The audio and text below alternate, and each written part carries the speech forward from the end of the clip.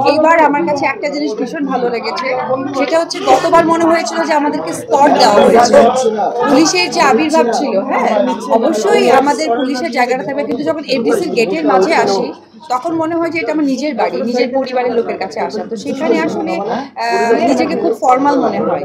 তো আজকে আমার সেই পরিবেশটা ছিল। যখন আমি গেটের ভেতরে আসি তখন আমার কাছে মনে হয়েছে যে আসলে আমি আমার নিজের পরিবারের কাছে চলে আসলাম। স্কটটা মনে হয়নি, তবে বাইরে উৎসুক জনতা যাদেরকে দেখেছি ভালো লেগেছে যে এখনো শিল্পীদের সেই কদরটা করে, যার জন্য সকলে বিভিন্ন দূর দূরান্ত থেকে এসেছে শিল্পীদেরকে এক নজর দেখার জন্য।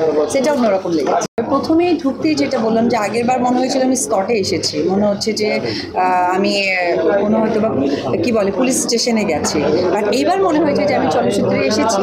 যতটুকু আমাদের সাপোর্ট দেওয়া দরকার সেটা ভালো লেগেছে। আর সকলের মধ্যে না একটা ভালো মানে একটা মিলমিশে ব্যাপার, যেটা গতবার কিছুটা কমতি ছিল, ঘাটতি ছিল, নানান বিতর্কিত কথা সৃষ্টি হয়েছিল শুরু থেকেই, যেটা আসলে আমাদের শিল্পীদের কাছে একদম বোধগম্য নয়। কারণ আমরা শিল্পীরা মানে হচ্ছে সৌন্দর্য, আর সৌন্দর্য বহিঃপ্রকাশই আমাদের মধ্য দিয়ে হয়। আমি এক বাক্যেই বলতে চাই যে এটা আসলে আমাদের এই নির্বাচনটা শুধুমাত্র একটা সংগঠনকে সামনে এগিয়ে নেওয়ার জন্য, কারণ আমরা শিল্পীরা বিভিন্ন জায়গায় মুভমেন্ট করি, সেখানে একটা সংগঠন দরকার, সেই সংগঠনের জন্য এটা করা।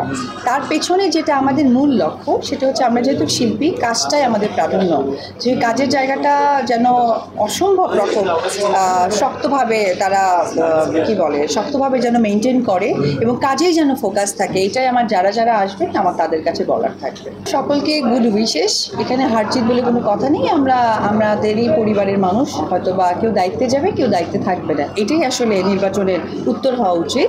তো সেই জায়গা থেকে যারা দায়িত্বে যাবে তাদের জন্য আমার একটি কথাই থাকবে যে আমাদের যে মূল লক্ষ্য সিনেমাকে কেন্দ্র করে, সেটা সিনেমা হল বাড়ানো, মানসম্পন্ন সিনেমা হওয়া, শিল্পীদেরকে কাজের জায়গাটা আরও বিস্তৃত করে দেওয়া, এই যে আশ্বাস করা, এটা যেন ঠিকঠাক থাকে, যা কথা দেওয়া, এবং সেটা যেন কাজের মধ্য দিয়ে আমরা প্রমাণ পাই। আমি আমার কাজের জায়গাটা একদম প্ল্যানিং করে রাখি জানুয়ারি টু ডিসেম্বর। তার মাঝে অনেক সময় হেটার্সরা অনেক কিছু আমাকে প্রোভ করে, তাতে কোনো লাভ নেই, কারণ আমি সবসময় আমার নিজের বুদ্ধি এবং নিজের অবস্থানটা শক্ত করার চেষ্টা করি, সেটা আমি আমার রুটিনের মধ্য দিয়ে। সো ওই জায়গা থেকে আমার যেহেতু সিনেমা, আমার সন্তানকে পড়াশোনার টাইম দেওয়া এবং আমার ছোট্ট একটা বিজনেসেও আমি নিজেকে যুক্ত করেছি, সর্বকিছু মিলে আপাতত নির্বাচন নয়।